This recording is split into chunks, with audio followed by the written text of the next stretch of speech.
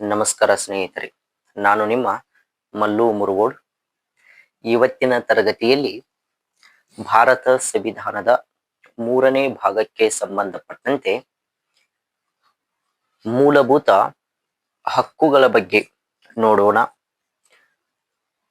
ಅದಕ್ಕಿಂತ ಮುಂಚಿತವಾಗಿ ಇನ್ನೂ ನಮ್ಮ ಚಾನೆಲ್ ಅನ್ನ ಯಾರು ಸಬ್ಸ್ಕ್ರೈಬ್ ಮಾಡಿಲ್ಲಲ್ಲ, ಸಬ್ಸ್ಕ್ರೈಬ್ ಮಾಡಿಕೊಳ್ಳಿ. ಪಕ್ಕದಲ್ಲಿರ್ತಕ್ಕಂಥ ಬೆಲ್ ಐಕನ್ ಅನ್ನ ಆನ್ ಮಾಡಿಕೊಳ್ಳಿ. ನಾವು ಮುಂದೆ ಯಾವುದೇ ವಿಡಿಯೋವನ್ನ ಅಪ್ಲೋಡ್ ಮಾಡಿದ ಸಂದರ್ಭದಲ್ಲಿ ನೋಟಿಫಿಕೇಶನ್ ಮುಖಾಂತರ ನಿಮಗೆ ಬಂದು ತಲುಪುತ್ತದೆ. ಓಕೆ, ಮೂಲಭೂತ ಹಕ್ಕುಗಳು ಅಂತಕ್ಕಂಥದ್ದು ಮೊದಲು ನಾವು ಈ ಮೂಲಭೂತ ಹಕ್ಕುಗಳು ಎಂದರೆ ನೋಡ್ರಿ, ಒಬ್ಬ ವ್ಯಕ್ತಿಯ ವ್ಯಕ್ತಿತ್ವವನ್ನ ವಿಕಸನಗೊಳಿಸಲು ಅಗತ್ಯವಾಗಿರುವ ಹಕ್ಕುಗಳನ್ನು ಮೂಲಭೂತ ಹಕ್ಕುಗಳು ಎಂದು ಕರೆಯಲಾಗುತ್ತದೆ ಅಂತಕ್ಕಂಥದ್ದು. ನಮ್ಮ ವ್ಯಕ್ತಿತ್ವವನ್ನ ನಾವು ವಿಕಸನಗೊಳಿಸಬೇಕಾದ್ರ ನಮ್ಗೆ ಇಂಥ ಹಕ್ಕುಗಳು ಏನಾಗಿದ್ವು ಅಂದ್ರೆ ಬಹಳಷ್ಟು ಅಗತ್ಯವಾಗಿದ್ದಾವ ಅಂತಕ್ಕಂಥದ್ದು. ನಾವು ಯಾವುದೇ ಒಂದು ಸ್ಪರ್ಧಾತ್ಮಕ ಪರೀಕ್ಷೆಯನ್ನು ತೆಗೆದುಕೊಂಡ್ರು ಸಹ ಈ ಟಾಪಿಕ್ ಮೇಲೆ ಒಂದಿಲ್ಲ ಒಂದು ಪ್ರಶ್ನೆಯನ್ನ ಏನ್ ಮಾಡಲಾಗಿರ್ತದ, ಕೇಳಲಾಗಿರ್ತದ. ಆದ್ದರಿಂದ ಈ ಮೂಲಭೂತ ಹಕ್ಕುಗಳಂತಕ್ಕಂಥದ್ದು ನಮಗೆ ಸ್ಪರ್ಧಾತ್ಮಕ ಪರೀಕ್ಷೆಯ ದೃಷ್ಟಿಯಿಂದ ಬಹಳಷ್ಟು ಮುಖ್ಯವಾದಂತ ಒಂದು ಟಾಪಿಕ್ ಆಗಿದೆ ಅಂತಕ್ಕಂಥದ್ದು. ಹಾಗಾದ್ರೆ ನಮ್ಮ ಭಾರತ ಸಂವಿಧಾನದ ಯಾವ ಭಾಗದಲ್ಲಿ ಈ ಮೂಲಭೂತ ಹಕ್ಕುಗಳು ಕಂಡು ಬರುತ್ತವೆ ಅಂದ್ರ ಭಾರತ ಸಂವಿಧಾನದ 3ನೇ ಭಾಗದಲ್ಲಿ, ಭಾರತ ಸಂವಿಧಾನದ 3ನೇ ಭಾಗದಲ್ಲಿ 12ನೇ ವಿಧಿಯಿಂದ ಹಿಡಿದು 35ನೇ ವಿಧಿಯವರೆಗೆ ಮೂಲಭೂತ ಹಕ್ಕುಗಳಿಗೆ ಸಂಬಂಧಪಟ್ಟಂತ ಒಂದು ವಿವರಣೆಯನ್ನ ಒಳಗೊಂಡಿದೆ ಅಂತಕ್ಕಂಥದ್ದು. ಇದನ್ನು ಬಹಳ ಸರಿ ಪರೀಕ್ಷೆಯಲ್ಲಿ ಏನ್ ಮಾಡಿದ್ದಾರೆ ಅಂದ್ರೆ ಪ್ರಶ್ನೆಯನ್ನ ಕೇಳಿದರು, ಮೂಲಭೂತ ಹಕ್ಕುಗಳು ಯಾವ ಭಾಗದಲ್ಲಿ ಕಂಡು ಬರುತ್ತವೆ ಅಂತಕ್ಕಂಥದ್ದು 3ನೇ ಭಾಗದಲ್ಲಿ ಕಂಡು ಬರ್ತದ. 12ನೇ ವಿಧಿಯಿಂದ ಹಿಡಿದು 35ನೇ ವಿಧಿಯವರೆಗೆ ಇದರ ವಿವರಣೆಯನ್ನ ನಾವು ಕಾಣ್ತೀವಿ ಅಂತಕ್ಕಂಥದ್ದು. ಈ 3ನೇ ಭಾಗವನ್ನ ಭಾರತದ ಮ್ಯಾಗ್ನಾ ಕಾರ್ಟ್ ಅಂತ ಕರೆಯಲಾಗ್ತದ. ಭಾರತ ಸಂವಿಧಾನದ 3ನೇ ಭಾಗವನ್ನ ಭಾರತದ ಮ್ಯಾಗ್ನಾ ಕಾರ್ಟ್ ಅಂತೇಳಿ ಏನ್ ಮಾಡಲಾಗ್ತದ ಅಂದ್ರ ಕರೆಯಲಾಗ್ತದ. ಹಂಗಾರ ಈ ಭಾಗವನ್ನ ಯಾಕೆ ನಾವು ಮ್ಯಾಗ್ನಾ ಕಾರ್ಟ್ ಅಂತೇಳಿ ಕರಿತೀವಿ ಅಂದ್ರ, ಈ 3ನೇ ಭಾಗವನ್ನೇ ಯಾಕೆ ನಾವು ಮ್ಯಾಗ್ನಾ ಕಾರ್ಟ್ ಅಂತೇಳಿ ಕರಿತೀವಿ ಅಂದ್ರ ಒಂದು ಹಿನ್ನೆಲೆ ಇದೆ. ಏನ್ ಹಿನ್ನೆಲೆ ಅಂದ್ರ 1215ರಲ್ಲಿ 1215ರಲ್ಲಿ ಇಂಗ್ಲೆಂಡ್ದಾಗ ಒಬ್ಬ ಜಾನ್ ಅಂತಕ್ಕಂಥ ಅರಸ ಇರ್ತಾನ. ಇಂಗ್ಲೆಂಡ್ದಾಗ ಒಬ್ಬ ಜಾನ್ ಅಂತಕ್ಕಂಥ ಒಬ್ಬ ಅರಸ ಇರ್ತಾನು. ಈತ ವಿಶ್ವದಲ್ಲಿಯೇ ಮೊಟ್ಟ ಮೊದಲ ಬಾರಿಗೆ ಹಕ್ಕುಗಳಿಗೆ ಸಂಬಂಧಪಟ್ಟಂತ ಒಂದು ಪ್ರಣಾಳಿಕೆಯನ್ನ ಹೊರಡಿಸ್ತಾನು. ಆ ಪ್ರಣಾಳಿಕೆಯು ಮ್ಯಾಗ್ನಾ ಕಾರ್ಟ್ ಆಗಿತ್ತಂತಕ್ಕಂಥದ್ದು. ಅದು ವಿಶ್ವದಲ್ಲಿಯೇ ಮೊಟ್ಟ ಮೊದಲ ಬಾರಿಗೆ ಮೂಲಭೂತ ಹಕ್ಕುಗಳಿಗೆ ಸಂಬಂಧಪಟ್ಟಂತ ಲಿಖಿತ ದಾಖಲೆ ಆಗಿರುವುದರಿಂದ ಭಾರತ ಸಂವಿಧಾನದ 3ನೇ ಭಾಗವು ಸಹ ಈ ಮೂಲಭೂತ ಹಕ್ಕುಗಳಿಗೆ ಸಂಬಂಧಪಟ್ಟಿದ್ದರಿಂದ ಇದನ್ನ ನಾವು ಭಾರತದ ಮ್ಯಾಗ್ನಾ ಕಾರ್ಟ್ ಅಂತ ಏನ್ ಮಾಡಲಾಗ್ತದ, ಕರೆಯಲಾಗ್ತದ.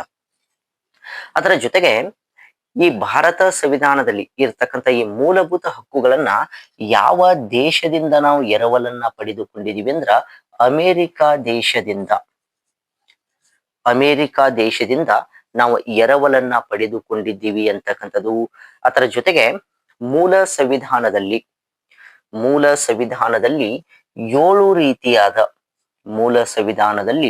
7 ರೀತಿಯಾದ ಮೂಲಭೂತ ಹಕ್ಕುಗಳು ಕಂಡು ಬರುತ್ತಿದ್ದವು ಅಂತಕ್ಕಂಥದ್ದು. ಪ್ರಸ್ತುತ ಸಂವಿಧಾನದಲ್ಲಿ 6 ರೀತಿಯಾದ ಮೂಲಭೂತ ಹಕ್ಕುಗಳು ಕಂಡು ಬರುತ್ತವೆ ಅಂತಕ್ಕಂಥದ್ದು. ಒಂದು ಹಕ್ಕನ್ನ ಏನ್ ಮಾಡಲಾಗಿದೆ ಅಂದ್ರ ಮೂಲಭೂತ ಹಕ್ಕುಗಳ ಪಟ್ಟಿಯಿಂದ ತೆಗೆದು ಹಾಕಲಾಗಿದೆ ಅಂತಕ್ಕಂಥದ್ದು. ಹಂಗಾರೆ ಯಾವ ಹಕ್ಕನ್ನ ಮೂಲಭೂತ ಹಕ್ಕುಗಳ ಪಟ್ಟಿಯಿಂದ ತೆಗೆದು ಹಾಕಿದಾರಂದ್ರ ಆಸ್ತಿ ಹಕ್ಕು. ಈ ಆಸ್ತಿ ಹಕ್ಕನ್ನ ಮೂಲಭೂತ ಹಕ್ಕುಗಳ ಪಟ್ಟಿಯಿಂದ ಏನ್ ಮಾಡಲಾಗಿದೆ ಅಂದ್ರೆ ತೆಗೆದು ಹಾಕಲಾಗಿದೆ ಅಂತಕ್ಕಂಥದ್ದು. ಮೂಲತಃ ಈ ಆಸ್ತಿ ಹಕ್ಕು ಸಂವಿಧಾನದ 31ನೇ ವಿಧಿಯಲ್ಲಿ ಕಂಡು ಬರುತ್ತಿತ್ತು. ಮೂಲಭೂತ ಹಕ್ಕುಗಳ ಪಟ್ಟಿಯಲ್ಲಿ ಇರ್ತಕ್ಕಂಥ ಸಂದರ್ಭದಲ್ಲಿ ಈ ಆಸ್ತಿ ಹಕ್ಕು ಸಂವಿಧಾನದ 31ನೇ ವಿಧಿಯಲ್ಲಿ ಏನಾಗ್ತಿತ್ತಂದ್ರ ಕಂಡು ಬರ್ತಿತ್ತಂತಕ್ಕಂಥದ್ದು. ಆದರೆ ಇದನ್ನ ಮೊರಾರ್ಜಿ ದೇಸಾಯಿರವರು ಪ್ರಧಾನಮಂತ್ರಿ ಆದಂತ ಸಂದರ್ಭದಲ್ಲಿ 1978 1978ರಲ್ಲಿ ಸಂವಿಧಾನಕ್ಕೆ 44ನೇ ಸಂವಿಧಾನಾತ್ಮಕ ತಿದ್ದುಪಡಿಯನ್ನ ಮಾಡುವುದರ ಮೂಲಕ ಈ ಮೂಲಭೂತ ಹಕ್ಕುಗಳ ಪಟ್ಟಿಯಿಂದ ಈ ಆಸ್ತಿ ಹಕ್ಕನ್ನ ಏನ್ ಮಾಡಲಾಗಿದೆ ಅಂದ್ರ ತೆಗೆದು ಹಾಕಲಾಗಿದೆ ಅಂತಕ್ಕಂಥದ್ದು. ಪ್ರಸ್ತುತವಾಗಿ ಈ ಆಸ್ತಿ ಹಕ್ಕು ಕೇವಲ ಕಾನೂನುಬದ್ಧ ಹಕ್ಕಾಗಿದೆ ಅಂತಕ್ಕಂಥದ್ದು. ಹಂಗಾರೆ ಯಾವ ವಿಧಿಯಲ್ಲಿ ಪ್ರಸ್ತುತವಾಗಿ ಇದು ಕಂಡು ಬರ್ತದ ಅಂದ್ರ ಸಂವಿಧಾನದ 300A ವಿಧಿಯಲ್ಲಿ, ಸಂವಿಧಾನದ 300A ವಿಧಿಯಲ್ಲಿ ಕೇವಲ ಕಾನೂನುಬದ್ಧ ಹಕ್ಕಾಗಿದೆ, ಕೇವಲ ಕಾನೂನುಬದ್ಧ ಹಕ್ಕಾಗಿದೆ ಅಂತಕ್ಕಂಥರ ಬಗ್ಗೆ ಹೇಳಲಾಗ್ತದ. ಇದನ್ನ ತೆಗೆದು ಹಾಕಿದರಿಂದ ಪ್ರಸ್ತುತವಾಗಿ ನಾವು 6 ರೀತಿಯಾದಂತ ಮೂಲಭೂತ ಹಕ್ಕುಗಳನ್ನ ಕಾಣ್ತೀವಿ ಅಂತಕ್ಕಂಥರ ಬಗ್ಗೆ ಹೇಳಲಾಗ್ತದ. ಹಂಗಾರ ಒಂದೊಂದು ಮೂಲಭೂತ ಹಕ್ಕನ್ನ ನೋಡಿಕೊಂಡು ಹೋಗೋಣ. ಮೊದಲನೆಯದಾಗಿ ಸಮಾನತೆಯ ಹಕ್ಕು. ಮೊದಲನೆಯದಾಗಿ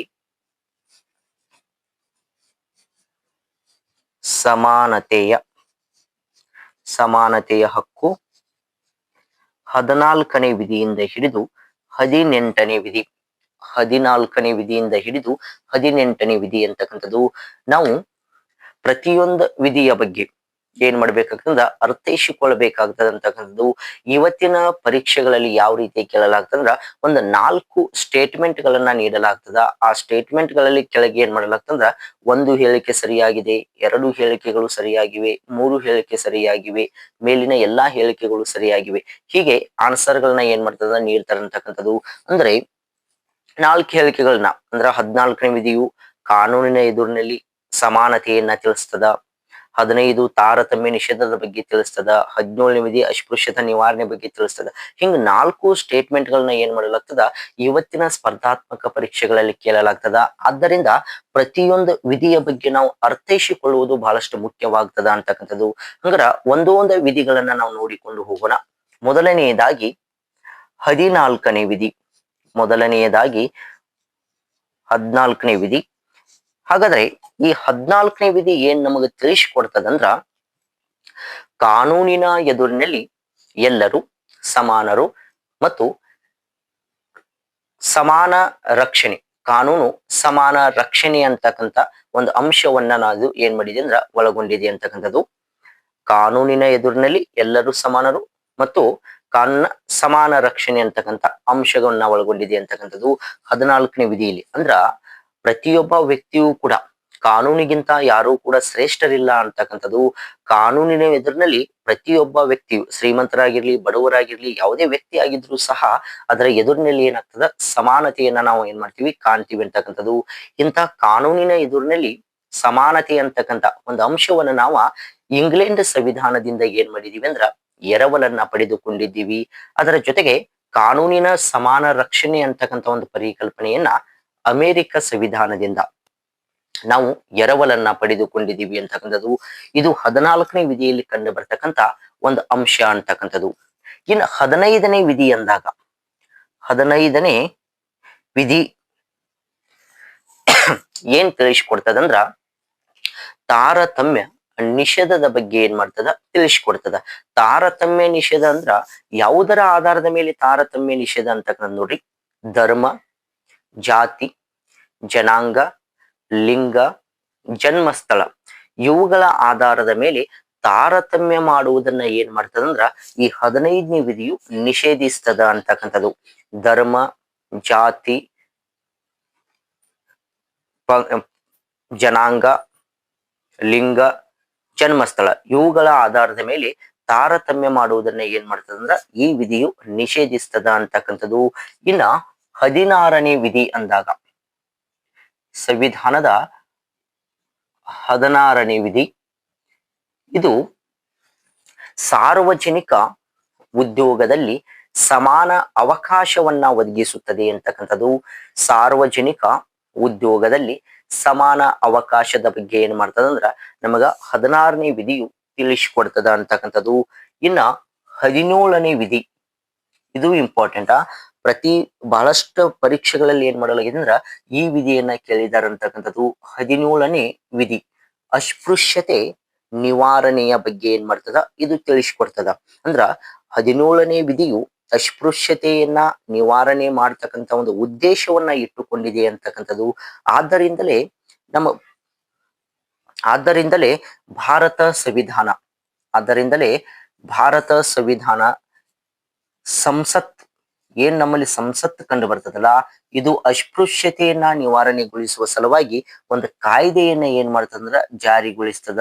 ಅದು 1955ರ ಅಸ್ಪೃಶ್ಯತಾ ನಿವಾರಣಾ ಕಾಯ್ದೆ ಅಂತಕ್ಕಂಥದ್ದು. 1955ರ ಅಸ್ಪೃಶ್ಯತಾ ನಿವಾರಣಾ ಕಾಯ್ದೆ ಅಂತಕ್ಕಂಥದ್ದು. ಈ 1955ರ ಅಸ್ಪೃಶ್ಯತಾ ನಿವಾರಣಾ ಕಾಯ್ದೆಗೆ 1976ರಲ್ಲಿ ಒಂದು ತಿದ್ದುಪಡಿಯನ್ನ ತರಲಾಗ್ತದ. 1955ರ ಅಸ್ಪೃಶ್ಯತಾ ನಿವಾರಣಾ ಕಾಯ್ದೆಗೆ 1976ರಲ್ಲಿ ಒಂದು ತಿದ್ದುಪಡಿಯನ್ನ ತರಲಾಗ್ತದ. ಈ 1976ರ ತಿದ್ದುಪಡಿಯ ಮೂಲಕ ಏನು ಅಸ್ಪೃಶ್ಯತಾ ನಿವಾರಣೆ ಕಾಯ್ದೆ ಅಂತಕ್ಕಂಥ ಒಂದು ಹೆಸರಿತ್ತಲ್ಲ, ಅದನ್ನ ತೆಗೆಯುವುದರ ಮೂಲಕ ನಾಗರಿಕ ಹಕ್ಕುಗಳ ರಕ್ಷಣಾ ಕಾಯ್ದೆ ಅಂತ ಏನ್ ಮಾಡಲಾಗ್ತದ, ಮರುನಾಮಕರಣ ಮಾಡಲಾಗ್ತದ. ಅದು 1955ರ ನಾಗರಿಕ ಹಕ್ಕುಗಳ ರಕ್ಷಣಾ ಕಾಯ್ದೆ ಅಂತ ಏನ್ ಮಾಡಲಾಗ್ತದೆ, ಮರು ನಾಮಕರಣ ಮಾಡಲಾಗ್ತದ. ಇದು ಕೂಡ ಒಂದು ಪ್ರಮುಖವಾದಂತ ಕಾಯ್ದೆಯಾಗಿದೆ ಅಂತಕ್ಕಂಥದ್ದು. ಅಂದ್ರೆ ಅಸ್ಪೃಶ್ಯತೆಯನ್ನ ನಿವಾರಿಸುವ ಸಲುವಾಗಿ ಜಾರಿಗೊಂಡಂತ ಒಂದು ಕಾಯ್ದೆ ಅಂತಕ್ಕಂಥದ್ದು. ಇನ್ನ 18ನೇ ವಿಧಿ, ಸಂವಿಧಾನದ 18ನೇ ವಿಧಿ ಅಂತಕ್ಕಂಥದ್ದು. ಈ 18ನೇ ವಿಧಿಯು ಏನ ತಿಳಿಸ್ಕೊಡ್ತದಂದ್ರ ಬಿರುದು ಬಾವಲಿಗಳ ರದ್ದತಿಯನ್ನ ತಿಳಿಸ್ಕೊಡ್ತದ. ಅಂದ್ರೆ ಬಿರುದುಗಳ ರದ್ದತಿ ಅಂತಕ್ಕಂಥದ್ದು. ಅಂದ್ರೆ ಏನ್ ಬಿರುದುಗಳ ರದ್ದತಿ ಅಂದ್ರೆ ನೋಡ್ರಿ, ಮಿಲಿಟರಿಗೆ ಸಂಬಂಧಪಟ್ಟಂತೆ ಮತ್ತು ಶೈಕ್ಷಣಿಕಕ್ಕೆ ಸಂಬಂಧಪಟ್ಟಂತ ಬಿರುದುಗಳನ್ನ ಹೊರತುಪಡಿಸಿ ಒಬ್ಬ ವ್ಯಕ್ತಿಯು ಬೇರೆ ಯಾವುದೇ ಬಿರುದುಗಳನ್ನ ಏನ್ ಮಾಡುವಂತಿಲ್ಲ ಅಂದ್ರ ಸ್ವೀಕರಿಸುವಂತಿಲ್ಲ. ಸೈನಿಕ ಮತ್ತು ಶೈಕ್ಷಣಿಕ ಬಿರುದುಗಳನ್ನ ಹೊರತುಪಡಿಸಿ ಒಬ್ಬ ವ್ಯಕ್ತಿಯು ಬೇರೆ ಯಾವುದೇ ಬಿರುದುಗಳನ್ನ ಏನ್ ಮಾಡುವಂತಿಲ್ಲ ಅಂದ್ರ ಸ್ವೀಕರಿಸುವಂತಿಲ್ಲ ಅಂತಕ್ಕಂಥದ್ದು. ಯಾವುದೇ ಒಬ್ಬ ವ್ಯಕ್ತಿಯು ವಿದೇಶದಿಂದ ಬಿರುದುಗಳನ್ನ ಏನ್ ಮಾಡುವಂತಿಲ್ಲ, ಸ್ವೀಕರಿಸುವಂತಿಲ್ಲ ಅಂತಕ್ಕಂಥದ್ದು. ಹೀಗೆ ಬಿರುದುಗಳ ರದ್ದತಿಯನ್ನ ತಿಳಿಸ್ಕೊಡ್ತಕ್ಕಂಥ ವಿಧಿ ಯಾವುದಂದ್ರ ಈ 18ನೇ ವಿಧಿ ಅಂತಕ್ಕಂಥದ್ದು. ಇವೆಲ್ಲವೂ ಕೂಡ ಯಾವುದಕ್ಕೆ ಸಂಬಂಧಪಟ್ಟಂತ ವಿಧಿಗಳಾಗಿದ್ದಾವ ಅಂದ್ರ ಸಮಾನತೆಯ ಹಕ್ಕಿಗೆ ಸಂಬಂಧಪಟ್ಟಂತ ವಿಧಿಗಳಾಗಿವೆ ಅಂತಕ್ಕಂಥದ್ದು. ಒಟ್ಟು 5 ವಿಧಿಗಳು ಈ ಸಮಾನತೆಯ ಹಕ್ಕಿಗೆ ಸಂಬಂಧಪಟ್ಟಂತ ವಿಧಿಗಳಾಗಿವೆ ಅಂತಕ್ಕಂಥರ ಬಗ್ಗೆ ಹೇಳಲಾಗ್ತದ. ಎರಡನೆಯದಾಗಿ ಸ್ವತಂತ್ರದ ಹಕ್ಕು 19ನೇ ವಿಧಿಯಿಂದ ಹಿಡಿದು 22ನೇ ವಿಧಿ ಅಂತಕ್ಕಂಥದ್ದು. ಹಂಗಾರ ಒಂದೊಂದಾಗಿ ನೋಡಿಕೊಳ್ತಾ ಹೋಗೋಣ. ಮೊದಲನೆಯದಾಗಿ 19ನೇ ವಿಧಿ.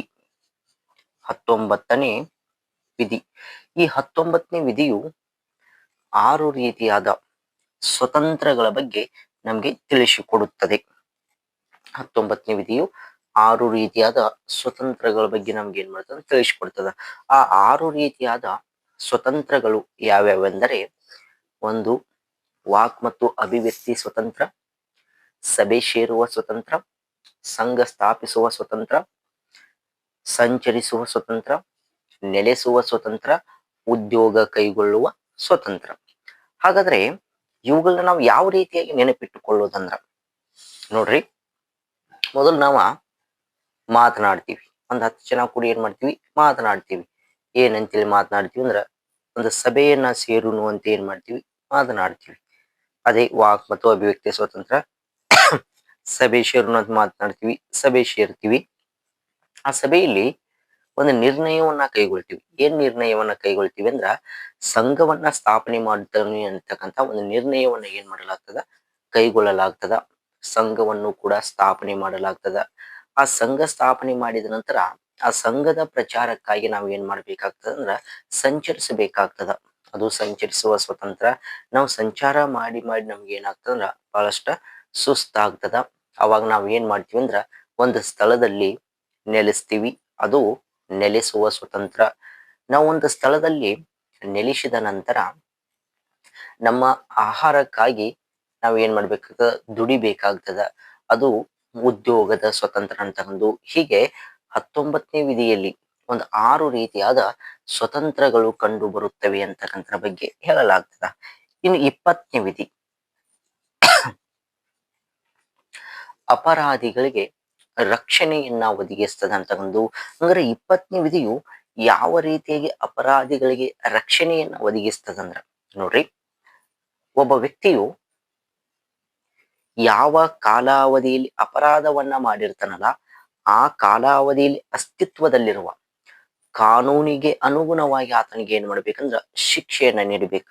ನೋಡಿ, ಅಪರಾಧಿಗಳಿಗೆ ರಕ್ಷಣೆಯನ್ನ ಯಾವ ರೀತಿಯಾಗಿ ನೀಡಲಾಗ್ತದಂದ್ರ, ಈಗ ಒಬ್ಬ ವ್ಯಕ್ತಿ 2025ರಲ್ಲಿ ಒಂದು ಅಪರಾಧವನ್ನ ಮಾಡಿದಾನಂದ್ರ, ಆ 2025ರಲ್ಲಿ ಯಾವ ಕಾನೂನು ಅಸ್ತಿತ್ವದಲ್ಲಿರ್ತದಲ್ಲ, ಆ ಕಾನೂನಿಗೆ ಅನುಗುಣವಾಗಿ ಏನ್ ಮಾಡ್ಬೇಕಂದ್ರ ಆತನಿಗೆ ಶಿಕ್ಷೆಯನ್ನ ನೀಡಬೇಕಾಗ್ತದ.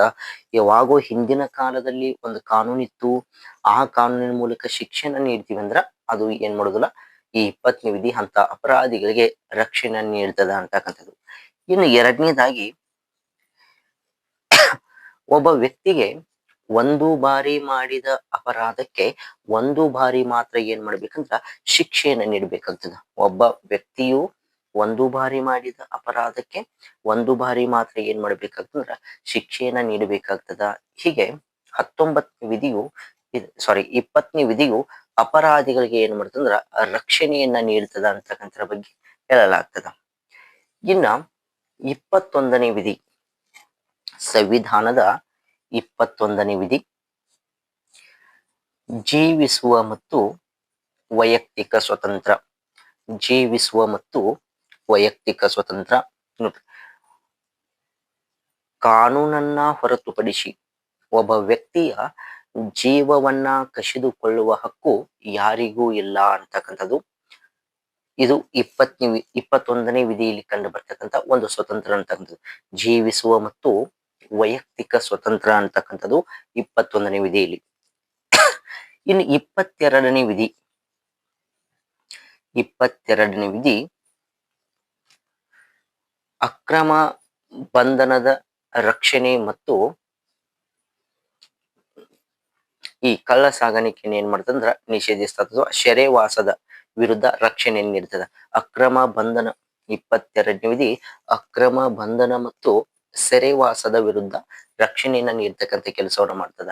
ಹೀಗೆ ಇದರಲ್ಲಿ ಒಂದು ವಿಧಿಯನ್ನ ಮೊದಲು ಮೂಲತಃ ಆಗಿ ಈ 4 ವಿಧಿಗಳು ಕಂಡು ಬರ್ತಿದ್ವು ಸ್ವತಂತ್ರದ ಹಕ್ಕಿನಲ್ಲಿ.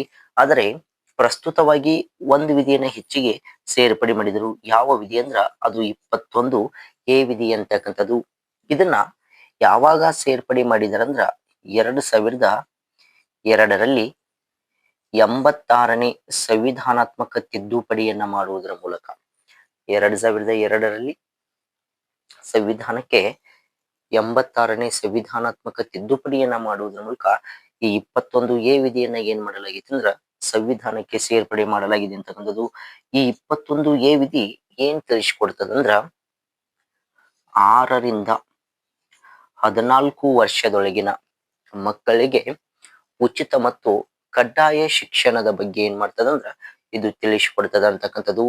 ಇದು 2ನೇ ಒಂದು ಮೂಲಭೂತ ಹಕ್ಕಾಗಿದೆ ಅಂತಕ್ಕಂಥದ್ದು.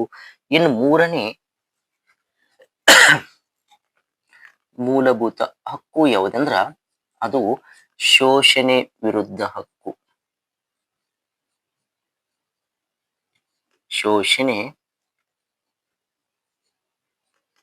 ವಿರುದ್ಧ ಹಕ್ಕು 23 ಮತ್ತು 24ನೇ ವಿಧಿ.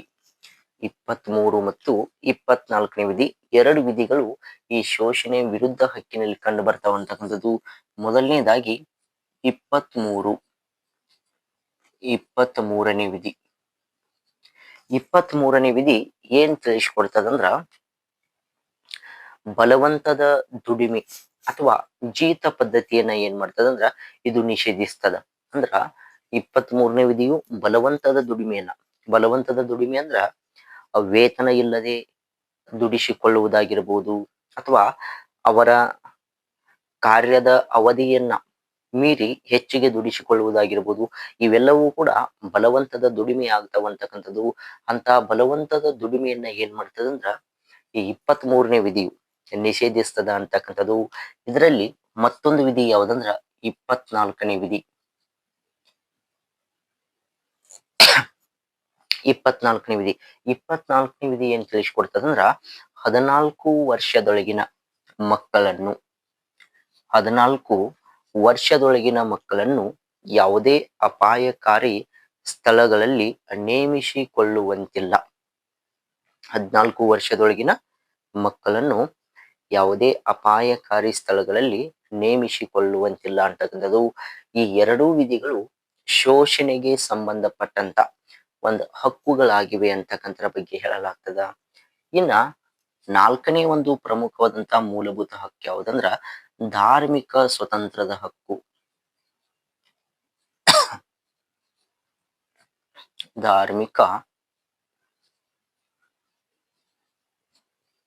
ಸ್ವತಂತ್ರದ ಹಕ್ಕು 25ರಿಂದ 28ನೇ ವಿಧಿ.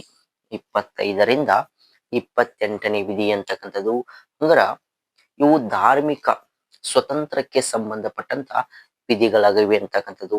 ಅಂದ್ರೆ ಯಾವ್ಯಾವ ವಿಧಿಗಳು ಏನ್ ತಿಳಿಸ್ಕೊಡ್ತಾವ ನೋಡ್ರಿ. ಮೊದಲನೆಯದಾಗಿ 25ನೇ ವಿಧಿ. ಮೊದಲನೆಯದಾಗಿ 25ನೇ ವಿಧಿ. ಈ 25ನೇ ವಿಧಿಯು ನಮ್ಮ ಆತ್ಮಸಾಕ್ಷಿಗೆ ಸರಿ ಎನಿಸುವ ಯಾವುದೇ ಧರ್ಮವನ್ನ ಪಾಲಿಸುವ ಮತ್ತು ಪ್ರಚಾರ ಮಾಡುವ ಸ್ವತಂತ್ರವನ್ನ ನೀಡಿದೆ ಅಂತಕ್ಕಂಥದ್ದು. 25ನೇ ವಿಧಿ ನಮ್ಮ ಆತ್ಮಸಾಕ್ಷಿಗೆ ಸರಿ ಎನಿಸುವ ಯಾವುದೇ ಧರ್ಮವನ್ನ ಪಾಲಿಸುವ ಮತ್ತು ಪ್ರಚಾರ ಮಾಡುವ ಸ್ವತಂತ್ರವನ್ನ ನೀಡಿದೆ ಅಂತಕ್ಕಂಥರ ಬಗ್ಗೆ ಹೇಳಲಾಗ್ತದ. ಇನ್ನು 26ನೇ ವಿಧಿ. 26ನೇ ವಿಧಿ ಧಾರ್ಮಿಕ ಮತ್ತು ದಾನದತ್ತಿ ಉದ್ದೇಶಗಳಿಗಾಗಿ ಧಾರ್ಮಿಕ ಮತ್ತು ದಾನದತ್ತಿ ಉದ್ದೇಶಗಳಿಗಾಗಿ ಸಂಸ್ಥೆಗಳನ್ನ ಸ್ಥಾಪಿಸುವ ಮತ್ತು ನಿರ್ವಹಿಸುವ ಸ್ವತಂತ್ರ. ಸಂಸ್ಥೆಗಳನ್ನ ಸ್ಥಾಪಿಸುವ ಮತ್ತು ನಿರ್ವಹಿಸುವ ಸ್ವತಂತ್ರದ ಬಗ್ಗೆ ತಿಳಿಸಿಕೊಡ್ತದ ಅಂತಕ್ಕಂಥ. 27ನೇ ವಿಧಿ. 27ನೇ ವಿಧಿ ಇದು ಒಂದು ನಿರ್ದಿಷ್ಟ ಧರ್ಮದ ಪೋಷಣೆಗಾಗಿ ತೆರಿಗೆ ಪಾವತಿಸುವುದರಿಂದ ಏನ್ ಮಾಡ್ತದ ಸ್ವಾತಂತ್ರ್ಯವನ್ನ ನೀಡ್ತದ ಅಂತಕ್ಕಂಥದ್ದು. ನಿರ್ದಿಷ್ಟ ಧರ್ಮದ ಪೋಷಣೆಗಾಗಿ ತೆರಿಗೆ ಪಾವತಿಸುವುದರಿಂದ ಸ್ವತಂತ್ರವನ್ನ ನೀಡ್ತದ. ಇದು 27ನೇ ವಿಧಿ.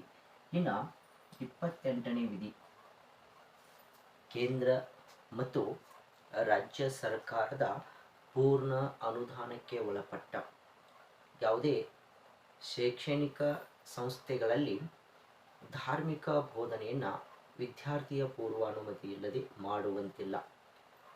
ಅಂದರೆ ಶೈಕ್ಷಣಿಕ ಸಂಸ್ಥೆಗಳಲ್ಲಿ ವಿದ್ಯಾರ್ಥಿಯ ಪೂರ್ವಾನುಮತಿ ಇಲ್ಲದೆ ನಾವು ಧಾರ್ಮಿಕ ಬೋಧನೆಯನ್ನ ಮಾಡುವಂತಿಲ್ಲ ಅಂತಕ್ಕಂಥದ್ದು.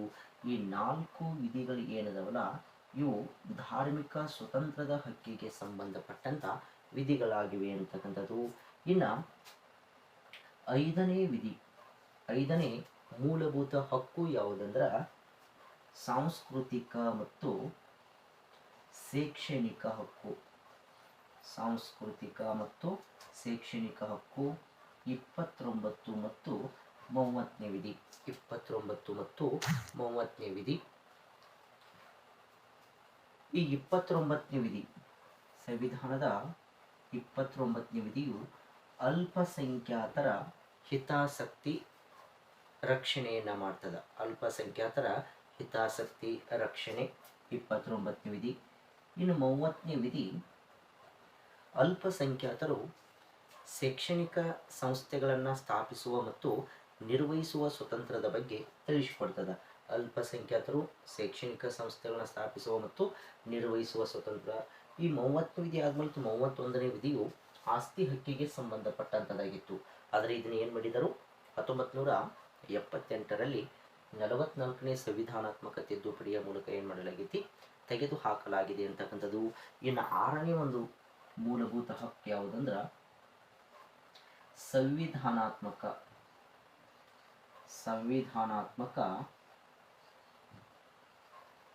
ಪರಿಹಾರದ ಹಕ್ಕು.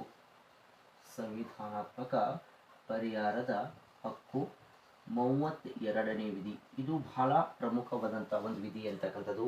ಏಕೆಂದ್ರೆ ನಮ್ಮ ಮೂಲಭೂತ ಹಕ್ಕುಗಳಿಗೆ ಏನಾದರೂ ಧಕ್ಕೆ ಉಂಟಾಯಿತಂದ್ರ ನಾವು ಸಂವಿಧಾನದ ಈ 32ನೇ ವಿಧಿಯನ್ನ ಬಳಸಿಕೊಳ್ಳುವುದರ ಮೂಲಕ ನೇರವಾಗಿ ಸರ್ವೋಚ್ಚ ನ್ಯಾಯಾಲಯದ ಮೊರೆಯನ್ನ ಹೋಗಬಹುದು. ಅಂದರೆ ನಮ್ಮ ಮೂಲಭೂತ ಹಕ್ಕುಗಳಿಗೆ ಧಕ್ಕೆ ಉಂಟಾದಂಥ ಸಂದರ್ಭದಲ್ಲಿ ನಾವು 32ನೇ ವಿಧಿಯನ್ನು ಬಳಸಿಕೊಳ್ಳುವುದರ ಮೂಲಕ ನೇರವಾಗಿ ಸುಪ್ರೀಂ ಕೋರ್ಟ್ನ ಮೊರೆಯನ್ನು ಹೋಗಬಹುದು ಅಂತಕ್ಕಂಥದ್ದು. ಆದ್ದರಿಂದಲೇ ನಾವು ಸುಪ್ರೀಂ ಕೋರ್ಟನ್ನು ಮೂಲಭೂತ ಹಕ್ಕುಗಳ ರಕ್ಷಾ ಕವಚ ಅಂತ ಏನು ಮಾಡಲಾಗ್ತದ ಕರೆಯಲಾಗ್ತದ ಅಂತಕ್ಕಂಥದ್ದು. ಈ 32ನೇ ವಿಧಿಯ ಒಂದು ಮಹತ್ವವನ್ನು ಅರಿತಂಥ ಡಾಕ್ಟರ್ BR ಅಂಬೇಡ್ಕರ್ ಅವರು ಇದನ್ನ ಸಂವಿಧಾನದ ಆತ್ಮ ಮತ್ತು ಹೃದಯ ಅಂತ ಏನು ಮಾಡಿದ್ದಾರೆ ಅಂದ್ರೆ ಕರೆದಿದ್ದಾರೆ. ಸಂವಿಧಾನದ ಆತ್ಮ ಮತ್ತು ಹೃದಯ ಅಂತ ಏನು ಮಾಡಲಾಗಿದೆ ಅಂದ್ರೆ ಈ ವಿಧಿಯನ್ನ ಡಾಕ್ಟರ್ BR ಅಂಬೇಡ್ಕರ್ ಅವರು ಏನು ಮಾಡಿದ್ದಾರೆ ಅಂದ್ರೆ ಕರೆದಿದ್ದಾರೆ ಅಂತಕ್ಕಂಥದ್ದು. ಇದು ಪ್ರಮುಖವಾದಂಥ ಒಂದು ವಿಧಿಯಾಗಿದೆ ಅಂತಕ್ಕಂಥದ್ದು. ಈ ವಿಧಿಯ ಮೂಲಕವೇ ಈ ಸುಪ್ರೀಂ ಕೋರ್ಟ್ ಏನು ಮಾಡ್ತಂದ್ರೆ ಒಂದು 5 ರೀತಿಯಾದಂಥ ರಿಟ್ಗಳನ್ನ ಹೊರಡಿಸ್ತದ ಅಂತಕ್ಕಂಥದ್ದು. ಆ ರಿಟ್ಗಳನ್ನು ನಾವು ಮುಂದಿನ ತರಗತಿಯಲ್ಲಿ ನೋಡೋಣ ಅಂತ ಹೇಳ್ತಾ ಇವತ್ತಿನ ಈ ತರಗತಿಯಲ್ಲಿ ಈ ಮೂಲಭೂತ ಹಕ್ಕುಗಳಿಗೆ ಸಂಬಂಧಪಟ್ಟಂತ ಒಂದು ವಿಷಯವನ್ನು ಚರ್ಚಿಸಲಾಯಿತು. ಇನ್ನು ಮುಂದಿನ ತರಗತಿಯಲ್ಲಿ ಮುಂದಿನ ಭಾಗವನ್ನು ತೆಗೆದುಕೊಂಡು ಬರ್ತೀನಿ ಅಂತ ಹೇಳ್ತಾ ಎಲ್ಲರಿಗೂ ಧನ್ಯವಾದಗಳು.